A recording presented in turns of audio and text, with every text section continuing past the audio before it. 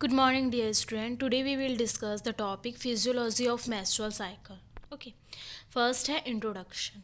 The menstrual cycle is the monthly series of changes in a woman's body, series of events occurring regularly in female every 26 to 30 days throughout the childbearing period between menarche to menopause. Okay तो menstrual cycle क्या होता है? menstrual cycle क्या है? Series of events है okay जो regularly होती है किसमें फीमेल्स में ओके कब हो रही है एवरी 26 टू 30 डेज की है ना through out the child bearing period okay तो चाइल्ड बियरिंग पीरियड क्या होता है चाइल्ड बियरिंग पीरियड जो है वो मेनार्की टू मेनोपोज जो है वो चाइल्ड बियरिंग पीरियड होता है ओके इसमें क्या होता है जो वुमेन्स होती हैं वो चाइल्ड को क्या कर सकती है बियर कर सकती है बर्थ दे सकती है ठीक है इस पीरियड को हम क्या कहते हैं चाइल्ड बियरिंग पीरियड कहते हैं ठीक है नेक्स्ट क्या है ड्यूरेशन इसका जो ड्यूरेशन होता है क्या होता है मेंस्ट्रुअल साइकिल का वो 28 डेज का होता है इसका ड्यूरेशन ओके तो कुछ इसमें टर्म्स हैं वो हम देखते हैं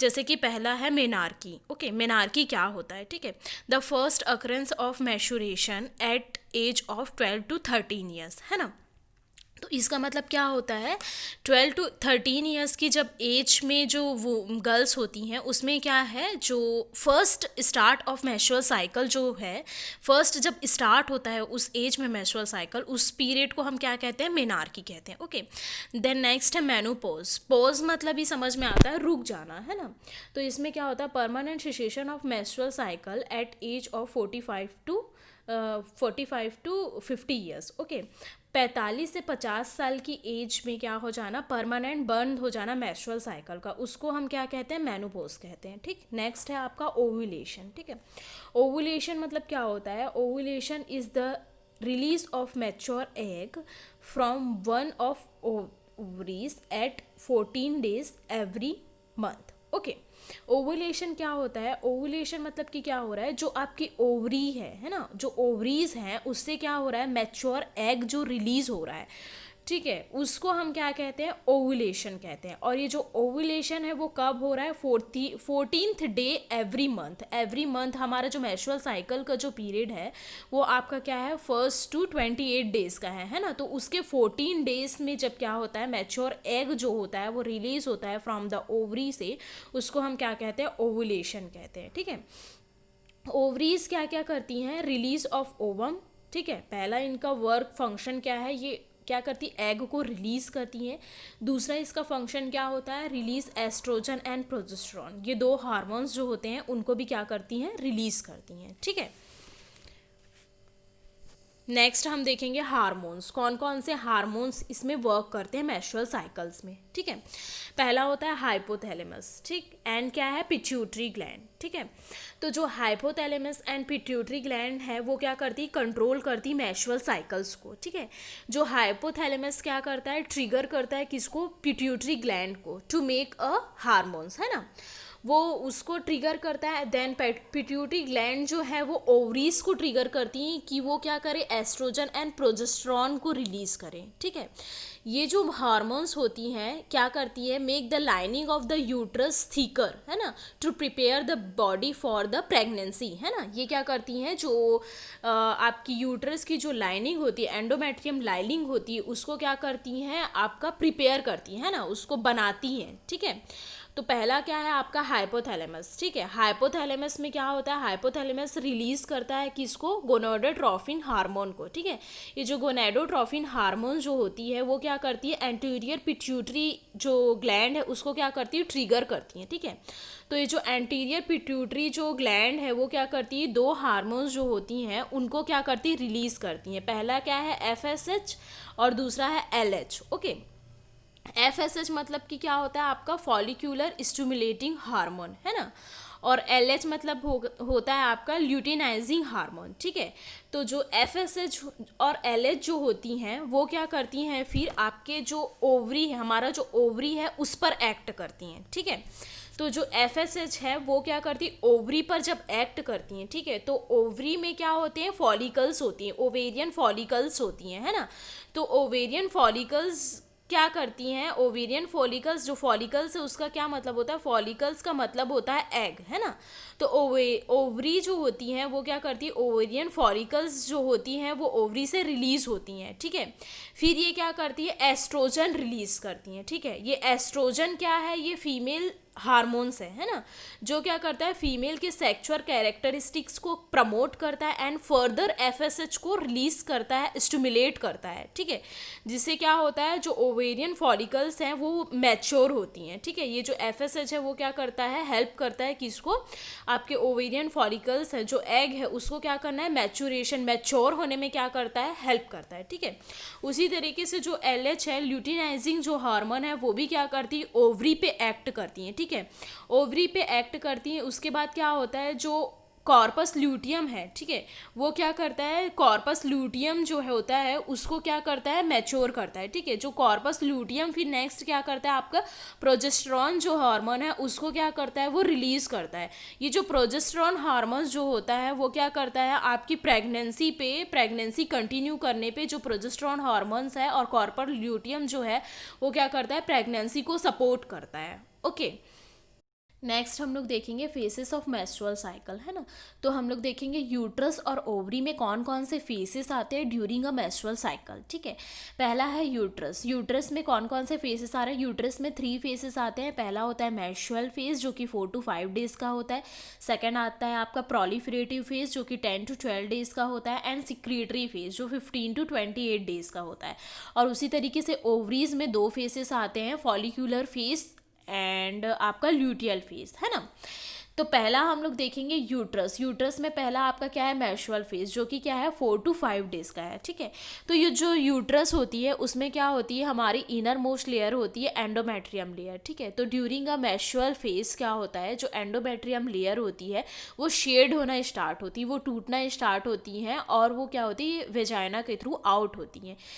इसको हम लोग क्या बोलते हैं, मेंस्ट्रुअल फेज बोलते हैं, ठीक है। सेकंड आता है आपका प्रोलिफरेटिव फेज। प्रोलिफरेटिव का मतलब ही होता है दोबारा से ग्रो होना। तो हमारा जो मेंस्ट्रुअल फेज में जो एंडोमेट्रियम, यूट्रस की जो एंडोमेट्रियम लेयर है जो कि शेड होकर के आउट हो चुकी है, वो दोबारा से रीजनरेट होना स्टार्ट होती है, दोबारा से ग्रो होना स्टार्ट होती है, ठीक है। सेकेंड आता है आपका सिक्रीटरी फेज। सिक्रीटरी फेज में क्या होता है, ये क्या है आपका 15 to 28 days means total 14 day की होती है। इस फेज में क्या होती है, जो फंक्शनल लेयर है उसमें क्या होती है, सिक्रीशन प्रोड्यूस होना स्टार्ट होता है, ठीक है। इसकी जो सिक्रीटरी ग्लैंड होती है वो एक्टिव हो जाती है। इस फेज को हम लोग क्या बोलते हैं, सिक्रीटरी फेज बोलते हैं, ठीक है। उसी तरीके से नेक्स्ट हम लोग देखते हैं ओवरी। तो ओवरी में पहला क्या है आपका फॉलिक्यूलर फेज, है ना। फॉलिक्यूलर फेज, फॉलिकल्स का मतलब ही क्या होता है, जो ओवरी से जो एग है उनका निकलना, आउट होना, है ना। तो इसमें क्या होती है, जो ओवरी से जो फॉलिकल्स है, जो एग जो है वो निकलती है, वो क्या होती है, मैच्योर होना स्टार्ट होती है फॉलिक्यूलर फेज में, है ना। इसमें मैच्योर कब होती हैं, इसमें क्या होता है, जो एफएसएच है ना, फॉलिक्यूलर स्टिमुलेटिंग जो हार्मोन्स है वो इस फॉलिकल्स को क्या करती हैं, स्टिमुलेट करना स्टार्ट करती हैं ना, मैच्योर करना स्टार्ट करती हैं, ठीक है। इसको हम लोग क्या बोलते हैं, फॉलिक्यूलर फेज बोलते हैं। जब ये मैच्योर होने लगती हैं तो ये जो मैच्योर फॉलिकल्स जो होती हैं वो क्या करती हैं, एस्ट्रोजन रिलीज करती हैं, है ना। जब एस्ट्रोजन जो है वो बहुत ज़्यादा अमाउंट में जब एस्ट्रोजन रिलीज होना स्टार्ट होता है तो एस्ट्रोजन फर्दर क्या करता है, फॉलिकुलर स्टिमुलेटिंग हार्मोन्स को क्या करता है, स्टिमुलेट करता है ना। जिससे ये जो फॉलिकल्स जो होती हैं वो क्या होती है, मैच्योर हो जाती हैं, ठीक है।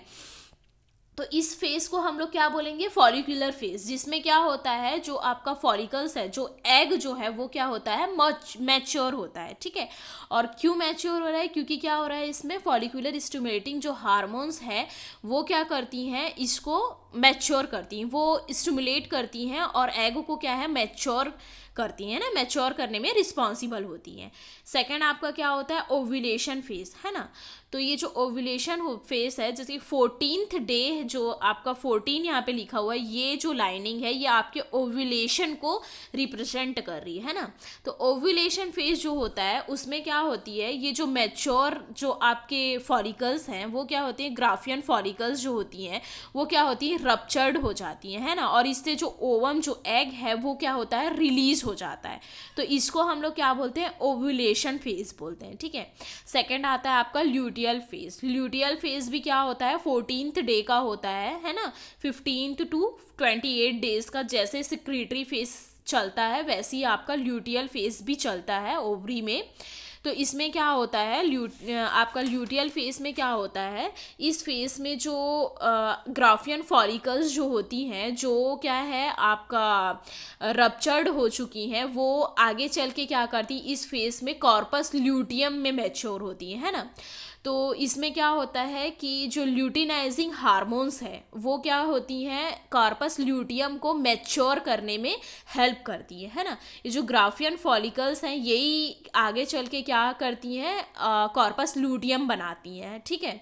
इसमें क्या होता है, जो कॉर्पस ल्यूटियम जो होती है वो येलो कलर की होती है, आप पिक्चर्स में देख सकते हैं। ये क्या होती है, कॉर्पस ल्यूटियम का फॉर्मेशन होता है, ये येलो कलर की होती है। इसमें क्या होता है, ब्लड कलेक्ट होता है, और ये जो कॉर्पस लूटियम, जो मैच्योर कार्पस लूटियम है, वो क्या करती हैं, अगर जैसे जो ओवम है जो रिलीज हो चुका है ना, वो ओवम अगर फर्टिलाइज होता है तो ये जो कार्पस लूटियम है ये हेल्प करती हैं कि इसका प्रेगनेंसीज के लिए, है ना, ये इसके लिए हेल्प करती हैं। तो ये हमारा क्या कहलाता है, ल्यूटियल फेज कहलाता है, ठीक है। फर्स्ट हम लोग देखेंगे मैशुअल फेस, है ना। मैशुअल फेस में क्या हो रहा है, मैंने पहले आप लोग को बताया, मैशुअल फेस में क्या होता है, एंडोमेट्रियम जो लेयर होती है यूट्रस की वो शेड होकर के आउट होती है ना। तो if ovum is not fertilize, अगर ओवम फर्टिलाइज नहीं होता है तो प्रोजेस्टेरॉन का जो लेवल होता है ब्लड में वो क्या होने लगता है, डिक्रीज होने लगता है ना। प्रोजेस्टेरॉन का लेवल डिक्रीज होगा तो क्या होता है कि जो कॉर्पस ल्यूटियम है वो डीजनरेट होना स्टार्ट हो जाता है ना, क्योंकि कॉर्पस ल्यूटियम ही क्या करता है, प्रोजेस्टेरॉन के लेवल को स्टिमुलेट करता है। अगर ओवम फर्टिलाइज नहीं हुआ है तो ऑटोमेटिक क्या हो रहा है, आपका प्रोजेस्टेरॉन लेवल जो होता है वो डिक्रीज होना स्टार्ट हो जाता है, और कॉर्पस ल्यूटियम जो प्रेगनेंसी को सपोर्ट करता है, कॉर्पस ल्यूटियम, वो क्या होता है, डीजनरेट होना स्टार्ट हो जाता है ना। जिससे क्या होता है कि आपका एस्ट्रोजन और प्रोजेस्टेरॉन का लेवल ब्लड में क्या हो रहा है, डिक्रीज हो रहा है, जिसके कारण क्या होती है, आपकी जो एंडोमेट्रियम लेयर है यूट्रस की वो क्या होती है, शेड होकर के आउट होती है, जिसको हम क्या कहते हैं, मेंस्ट्रुअल साइकिल कहते हैं, या मेंस्ट्रुएशन या मेंस्ट्रुअल ब्लीडिंग कहते हैं, है ना। ये क्या होता है, 4 to 5 डेज का होता है, ठीक है। इसमें क्या होती है, FSH और LH स्टार्ट राइजिंग, है ना। इस फेज में क्या होती है, जो फॉलिकुलर स्टिमुलेटिंग हार्मोन है एंड ल्यूटिनाइजिंग हार्मोन जो होती है वो स्टार्ट मतलब राइजिंग, बढ़ना स्टार्ट हो जाती हैं, और इसका जो नॉर्मल जो अमाउंट होता है ब्लीडिंग का ईच साइकिल 60 to 90 ml होता है, और आफ्टर दिस फेज जो thickness of the endometrium layer होती है वो 1 mm होती है ना। नेक्स्ट हम लोग देखेंगे प्रोलिफरेटिव फेस। मैंने बताया था प्रोलिफरेटिव फेस मतलब कि क्या हो रहा है, एंडोमेट्रियम लेयर का फिर से क्या होना, ग्रो होना, रीजनरेट होना, है ना। प्रोलिफरेटिव फेस स्टार्ट होता है, कब होता है, at the end of the menstruation cycle, है ना, मेंस्ट्रुअल साइकिल के एंड में, एंड लास्ट अंटिल ओव्यूलेशन तक क्या होता है, आपका प्रोलिफरेटिव फेस चलता है ना। प्रोलिफरेटिव फेस में क्या होता है कि ये क्या होता है, अप्रॉक्सीमेटली आपका ये अबाउट 10 to 12 डेज की होती है, ठीक है। इसमें जो FSH फॉलिकुलर स्टिमुलेटिंग हार्मोन्स जो होती हैं उनका जो अमाउंट होता है वो क्या रहता है, इंक्रीज्ड होता है, ठीक है। ओवेरियन फॉलिकल स्टार्ट मैच्योरिंग, इसमें क्या होती है, फॉलिकुलर स्टिमुलेटिंग हार्मोन्स के इंक्रीज होने के कारण क्या होता है कि आपका ओवेरियन फॉलिकल्स जो होता है वो मैच्योर होना स्टार्ट हो जाता है, और वो प्रोड्यूस करता है, वो बढ़ाता है सिक्रीशन को, किसके, एस्ट्रोजन के सिक्रीशन को, है ना। फिर ये जो एस्ट्रोजन जो है वो proliferate the functional layer of endometrium for the reception of fertilized ovum, है ना।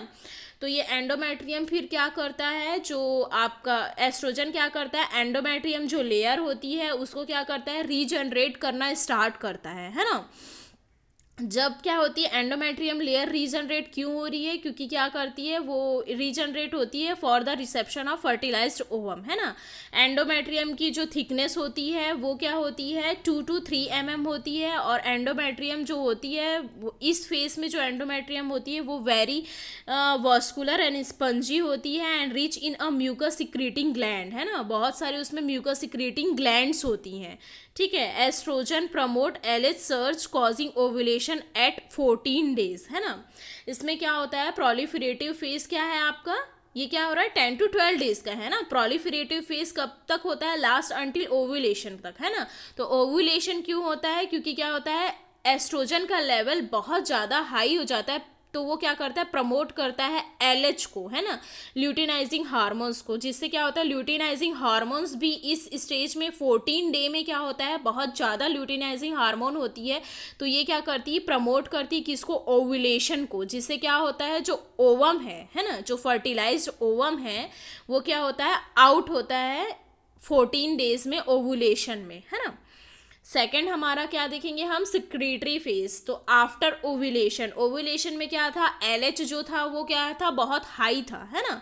तो आफ्टर ओव्यूलेशन क्या होता है LH stimulate development of corpus luteum from rupture follicles, है ना। मैंने आपको बताया क्या होता है ओवम कैसे रिलीज हो रहा है, जो ग्राफियन फॉलिकल्स होती हैं वो रप्चर होती हैं, जिससे क्या होता है आपका ओवम जो एग है वो रिलीज होता है ना। और ये जो ग्राफियन फॉलिकल्स जो होती हैं वो आगे चल के क्या बनाती है, एक बॉडी बनाती है, क्या कहते हैं इसे, कॉर्पस ल्यूटियम, येलो बॉडी बनती है जिसे हम क्या कहते हैं कॉर्पस ल्यूटियम कहते हैं। वो कॉर्पस ल्यूटियम क्यों बन रही है, क्योंकि क्या है जो एलएच है वो स्टिमुलेट करता है किसको, रप्चर्ड फॉलिकल्स को to develop a corpus luteum. Corpus luteum क्या करता है आपके प्रेगनेंसी को सपोर्ट करता है ना। कॉर्पस ल्यूटियम फिर क्या करता है प्रोड्यूस करता है प्रोजेस्टेरॉन एंड सम एस्ट्रोजन, है ना, बहुत अमाउंट में प्रोजेस्टेरॉन करता है और कुछ अमाउंट में एस्ट्रोजन को प्रोड्यूस करता है, बनाता है ना। Endometrium become enlarge and produce increase amount of watery mucus, है ना। तो सिक्रीटरी फेज में क्या होता है एंडोमेट्रियम जो होती है वो बहुत एनलार्ज्ड हो जाती है और उसके जो ग्लैंड्स होते हैं, सिक्रीटरी जो ग्लैंड्स होते हैं वो क्या करते हैं इंक्रीज अमाउंट में वाटर म्यूकस जो होती हैं वो सिक्रीट करते हैं, है ना। तो इसमें क्या होता है सिक्रीटरी जो फेज होती है उसमें दो कंडीशंस हो सकते हैं। पहला क्या होगा प्रेगनेंसी होगी या फिर नॉन प्रेगनेंसी होगी, है ना। पहला प्रेगनेंसी होगी तो क्या होगा जो कॉर्पस ल्यूटियम जो आपका ओवम है वो क्या हो जाएगा फर्टिलाइज्ड हो जाएगा और यूट्रस में जा करके क्या हो जाएगा इम्प्लांट हो जाएगा, ठीक है, जिससे क्या होगा आपका प्रोजेस्टेरॉन और एस्ट्रोजन का लेवल क्या हो जाएगा इंक्रीज हो जाएगा, है ना। नॉन प्रेगनेंसी क्या होगा जिसमें क्या होता है कि फिर से आपका जो मेंस्ट्रुअल जो फेस है फर्स्ट जो फेस है वो फिर से स्टार्ट होगा, क्योंकि क्या होगा कि अगर प्रेगनेंसी नहीं होती मतलब ओवम फिर से फर्टिलाइज नहीं हुआ है, कॉर्पस ल्यूटियम जो होता है वो डीजनरेट होना स्टार्ट हो जाएगा, एस्ट्रोजन प्रोजेस्टेरॉन का जो लेवल है वो भी डिक्रीज हो जाएगा, है ना। तो फिर से क्या हो जाएगा आपका मेंस्ट्रुअल फेज स्टार्ट हो जाएगा। तो दोनों कंडीशंस हो सकते हैं after the secretory phase, okay.